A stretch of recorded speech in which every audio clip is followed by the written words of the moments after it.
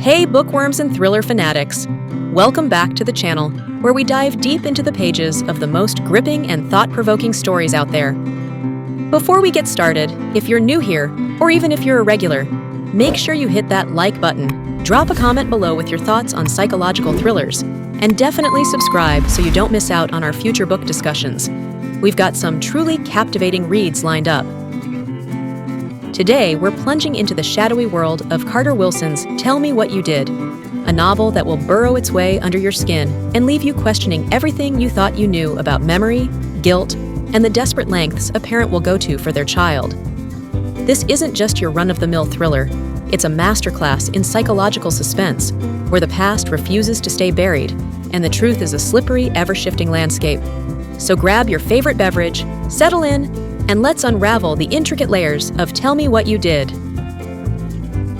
At the heart of our story is Paul Cleary, a seemingly ordinary man whose life is irrevocably shattered when his 6-year-old daughter, Ruby, vanishes without a trace. Imagine the sheer terror, the gut-wrenching despair of that moment. One minute your child is there, full of life and laughter, and the next, silence. Wilson immediately immerses us in Paul's raw grief, a palpable ache that permeates every page. It's a feeling any parent can connect with, that primal fear of something happening to your child. But Tell Me What You Did isn't just about the immediate aftermath of a disappearance. It delves into the complex tapestry of Paul's past, hinting that Ruby's vanishing might be connected to a traumatic event that occurred years ago, a night where his best friend, also a child, died tragically. This dual timeline, the present agony intertwined with the lingering shadows of the past, becomes a crucial element of the narrative, constantly keeping us on edge. Wilson masterfully uses flashbacks, fragmented memories, and Paul's unreliable narration to create a sense of unease. We see glimpses of that fateful night, but they're like pieces of a broken mirror, distorted and incomplete. We're constantly asking ourselves, what really happened all those years ago? And how does it connect to Ruby's disappearance? This initial setup is incredibly effective in drawing us in, making us desperate to piece together the puzzle alongside Paul. The title itself, Tell Me What You Did, carries a heavy weight, and it resonates throughout the book. Paul is haunted by the past, consumed by guilt over his friend's death. He carries this burden like a physical weight, and it undoubtedly shapes his present actions and perceptions. Is he a reliable narrator? Can we trust his memories when they are so clearly colored by trauma and regret? This exploration of guilt is one of the book's strongest suits.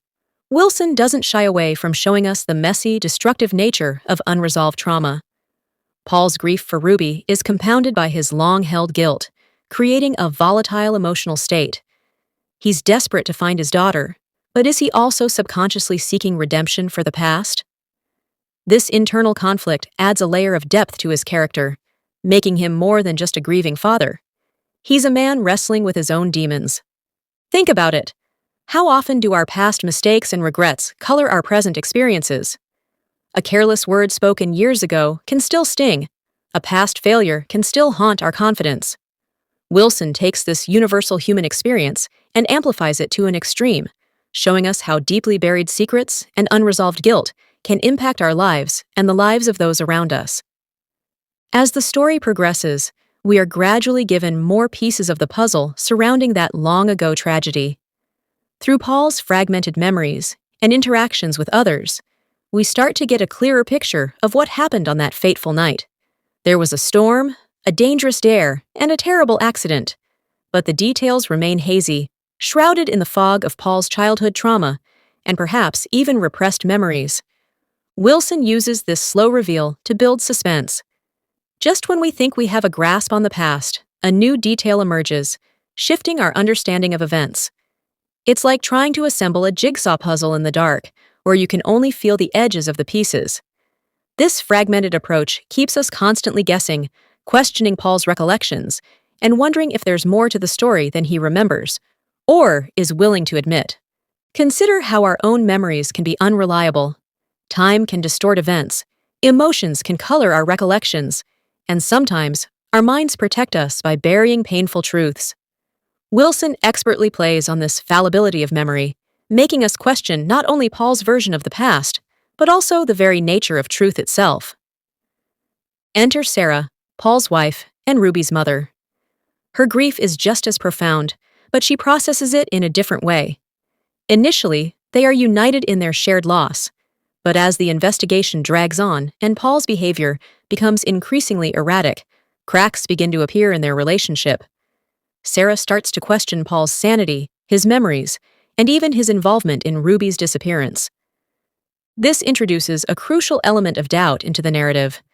Is Paul truly just a grieving father desperately searching for his daughter? Or is there something darker lurking beneath the surface? Sarah's suspicion mirrors our own as readers. We are privy to Paul's internal thoughts and memories. But are those thoughts and memories reliable? Wilson skillfully uses Sarah's perspective to challenge our assumptions and keep us guessing about Paul's true nature. Think about how suspicion can erode even the strongest relationships.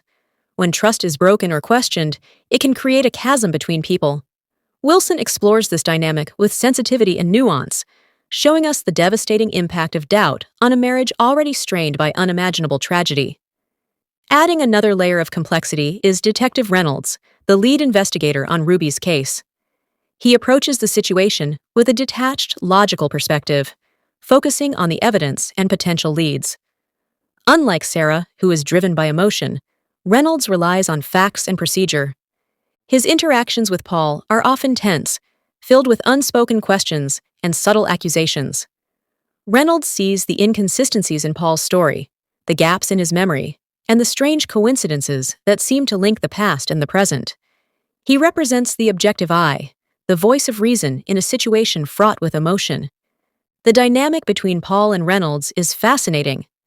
Paul sees Reynolds as a potential ally, someone who can help him find Ruby. But Reynolds remains cautious, aware that the most likely suspect in a child's disappearance is often someone close to them. This creates a constant undercurrent of tension, making us wonder if Reynolds will uncover the truth that Paul is desperately trying to hide, or perhaps doesn't even remember himself. As the investigation unfolds, suspicion begins to fall squarely on Paul. His erratic behavior, his fragmented memories, and certain inconsistencies in his statements raise red flags for Detective Reynolds, and even for Sarah. Could Paul, in his grief, and perhaps influenced by the trauma of his past, have somehow been involved in Ruby's disappearance? Wilson masterfully manipulates our perceptions, leading us down various paths of suspicion. We question Paul's every action, every memory. Could he be repressing a terrible truth? Is he intentionally misleading the investigators? Or is he simply a broken man desperately trying to cope with an unimaginable loss? This is where the psychological thriller elements truly shine. Wilson keeps us constantly off balance, never allowing us to fully trust Paul's perspective. We are forced to become detectives ourselves, carefully analyzing every clue, every interaction, trying to discern the truth from the lies and half-truths. About midway through the book, Wilson throws a significant twist into the narrative that forces us to reevaluate everything we thought we knew. This isn't just a minor revelation, it's a seismic shift that changes our understanding of the past and casts a new light on the present. Without giving away too much, this twist often involves a revelation about the events of that fateful night in Paul's childhood, something that was previously obscured or misinterpreted. It might involve another person who was present, a different version of events, or a hidden motive. Whatever it is, it shatters the carefully constructed picture we had in our minds and makes us question everything Paul has told us. This is a hallmark of a great psychological thriller, the ability to surprise and subvert expectations. Wilson doesn't rely on cheap jump scares or gratuitous violence.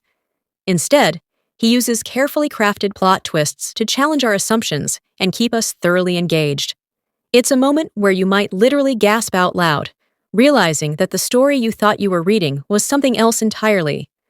Following the initial twist, the pace of the book intensifies as more secrets begin to surface.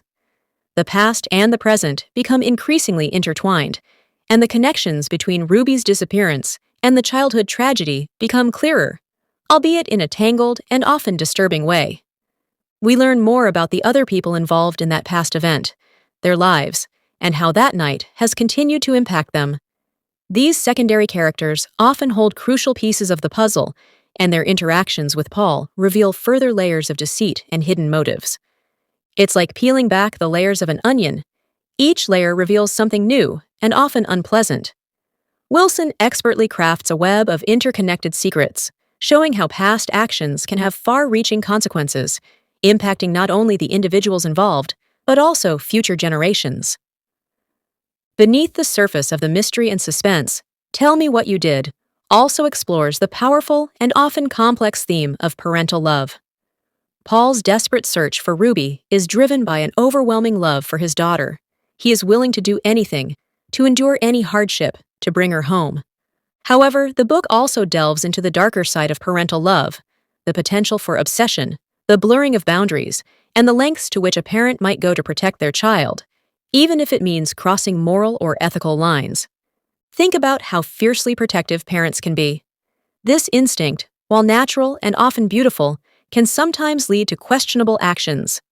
Wilson explores this tension, making us question whether Paul's love for Ruby is purely altruistic, or if it's intertwined with his own guilt and desire for redemption.